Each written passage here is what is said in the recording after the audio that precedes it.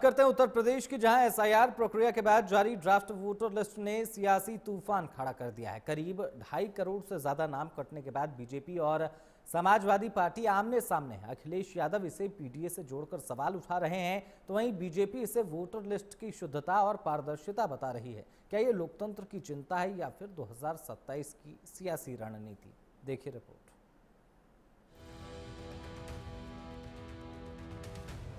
तो हमारे समाजवादी लोग, पीडीए प्रहरी लोग उन पर एफआईआर दर्ज कराएंगे, क्योंकि यही समाजवादी पार्टी का काम है कि केवल और केवल जनता को बहकाना, बरगलाना, उकसाना। यूपी में एसआईआर पूरा होने के बाद जारी हुई ड्राफ्ट वोटर लिस्ट ने सियासत की नई लकीर खींच दी है और इसके पीछे का कारण है ड्राफ्ट लिस्ट से कटे मतदाताओं के आंकड़े। 2 करोड़ 89 लाख लोगों के नाम कटने से हर दल में खलबली मच गई है। सियासतदारों को चिंता इस बात की है कि जो ये वोटर कटे हैं, इनसे कहीं उनका वोट तो नहीं घटा है। अब अखिलेश यादव का ये ट्वीट आप देखिए जरा। अखिलेश ने एसआईआर के लिए जो पीडीए प्रहरी बनाए थे, उनके प्रयासों को बुलंद करते हुए दावा कर रहे हैं कि पीडीए समाज के ही करोड़ों वोट कट गए हैं, जबकि इसी लाइन में वो ये भी कह रहे हैं कि एक भी वोट कटने न पाए, इसके लिए काम करना है। और दूसरी तरफ अखिलेश यादव ही बीजेपी पर आरोप लगा रहे हैं कि भारतीय जनता पार्टी किसी का भी नकली वोट बनाएंगे, अगर गलत वोट बनाएंगे तो हमारे समाजवादी लोग, पीडीए प्रहरी लोग उन पर एफआईआर दर्ज कराएंगे।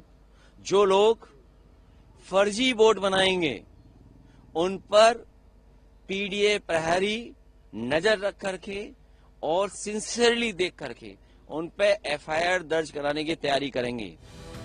दरअसल राजनीति को समझने वाले जानकारों का मानना है कि अखिलेश यादव 2027 के चुनाव को देखते हुए अपने पीडीए फॉर्मूले को धार देना शुरू कर चुके हैं। इसीलिए एसआईआर पर अखिलेश यादव ने जितने भी तंज कसे हैं, उसमें पीडीए का जिक्र जरूर आया है। जबकि वोट कटने की जो बात अखिलेश यादव ट्वीट में करके सियासी बनाने की कोशिश कर रहे हैं, वही बात बीजेपी बिना सियासत को शामिल किए हुए कह रही है।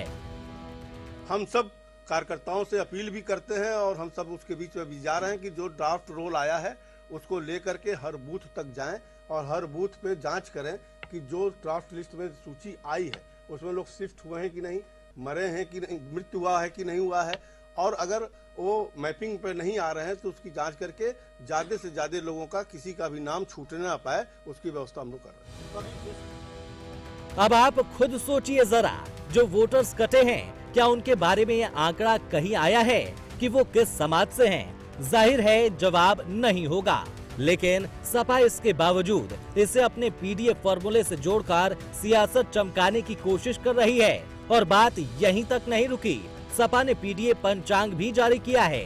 अब इसके पीछे सपा की मंशा क्या है, पहले इस पर नजर डाल लेते हैं, तब एसआईआर के पीछे की सियासत भी आपको आंकड़ों के चश्मे से समझाएंगे।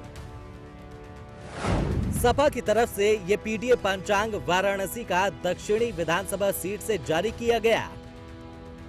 वाराणसी की दक्षिणी विधानसभा सीट सबसे हॉट सीटों में से एक मानी जाती है। ये सांस्कृतिक आधार पर भी काशी शहर का सबसे महत्वपूर्ण क्षेत्र माना जाता है।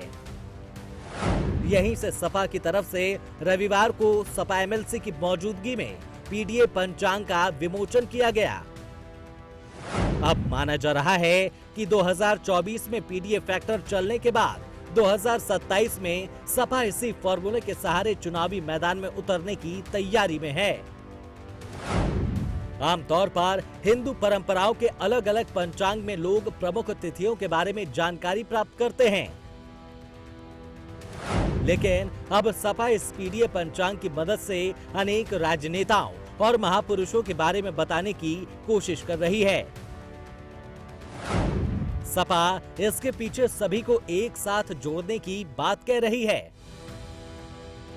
अब सपा का ये पीडीए पंचांग हो, पीडीए फॉर्मूला हो या फिर पीडीए प्रभारी, इसका फैलाव जिस तरह से हो रहा है वो इसी बात की ओर इशारा है कि 27 के चुनाव के लिए सपा हर जुगाड़ कर रही है।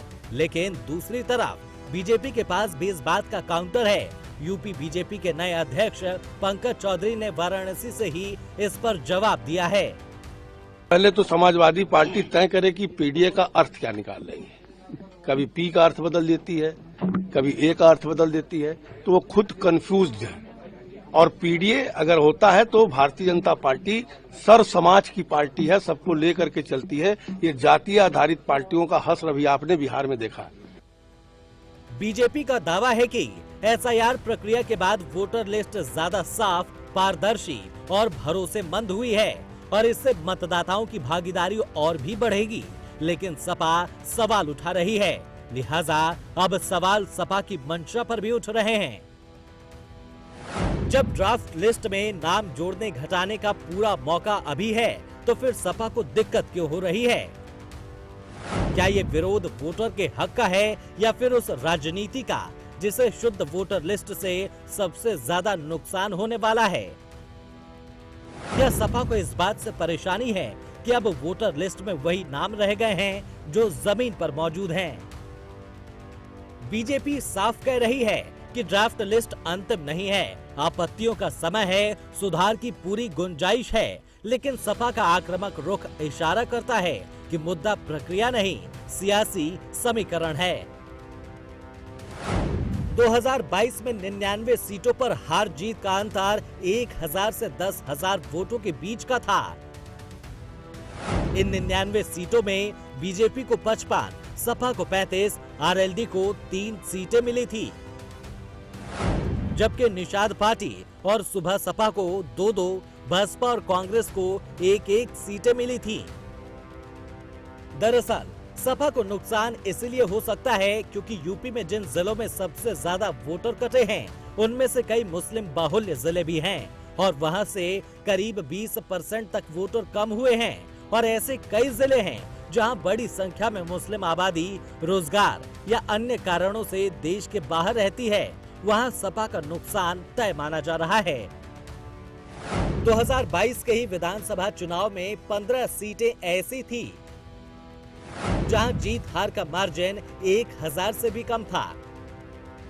इनमें से 10 सीटों पर तो परिणाम 500 से भी कम वोटों के अंतर से तय हुआ था।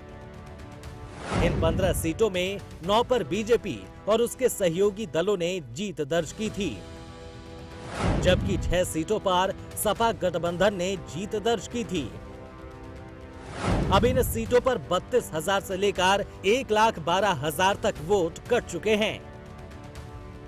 लिहाजा सपा जिस तरह से विरोध कर रही है, उससे एक और बड़ा सवाल ये उठता है कि क्या सपा को एसआईआर से लोकतंत्र की चिंता है या फिर डर इस बात का है कि फर्जी वोटों की राजनीति पर लगाम कसने वाली ये प्रक्रिया कहीं सपा की सियासी जमीन न खिसका दे। देखिए, समाजवादी पार्टी ने अपने कार्यकर्ताओं से ये अपील की है कि जाके नीचे ग्राउंड लेवल पे जनता को भ्रमित करे, झूठ बोले, क्योंकि यही समाजवादी पार्टी का काम है कि केवल और केवल जनता को बहकाना, बरगलाना, उकसाना। ये समाजवादी पार्टी जो लोकतंत्र और संविधान की दुहाई देती घूमती है, इसको दरअसल न लोकतंत्र पे भरोसा है न संविधान पे इसको भरोसा है। अगर लोकतंत्र और संविधान पे इनको भरोसा होता तो एसआईआर की प्रक्रिया में ये भी सहयोग करते। लेकिन पहले दिन से ही देखा गया कि एसआईआर की इस पूरी प्रक्रिया में किस तरीके से इसको बेपटरी करें, इसके बारे में भ्रम फैलाएं, इसके बीच इसके बारे में इसके अवरोध पैदा करें, इस नियत के साथ समाजवादी पार्टी ने काम किया। फिलहाल अब राजनीति